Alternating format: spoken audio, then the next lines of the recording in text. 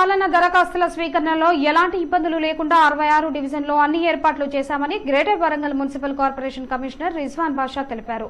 వరంగల్ నగరంలోని ఇండోర్ స్టేడియంలో ఏర్పాటు చేసిన ప్రజాపాలన దరఖాస్తుల స్వీకరణ కార్యక్రమాన్ని కమిషనర్ పరిశీలించారు.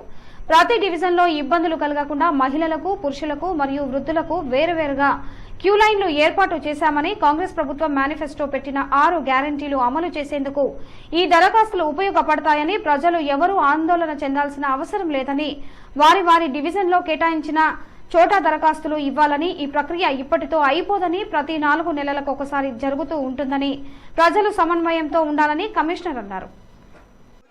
మహానగర పాలక సంస్థ ద్వారా 66 డివిజన్లలో కూడా ప్రజాపాలన సందర్భంగా ఈరోజు దరఖాస్తుల స్వీకరణ ప్రోగ్రామ్ అనేది స్టార్ట్ చేయడం జరిగింది. ఇందులో భాగంగా ప్రతి వార్డుకి అధికారులందరినీ కూడా టీమ్ విజిటింగ్ వార్డు సభలు పెడుతున్నాము. సో ప్రతిరోజు 8 వార్డులు చొప్పున వార్డు సభ నడుస్తుంది. మరియు ప్రతి కౌంటర్లు ప్రతి వార్డులో పెట్టడం జరిగింది. ఈ వార్డు కౌంటర్లు ఈ 8 రోజులు కూడా కంటిన్యూస్గా ఉంటుంది.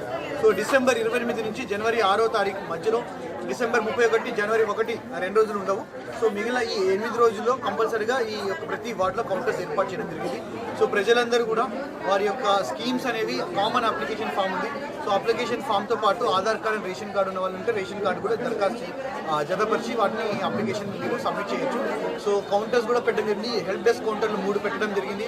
ఆర్పీలు కూడా ఉన్నారు, వాళ్ళు కూడా మీకు అసిస్ట్ చేస్తారు. అప్లికేషన్ ఫామ్ ఎలా ఫిల్ చేయాలి, లేకపోతే రాలేని వాళ్ళని కూడా అసిస్ట్ చేస్తారు.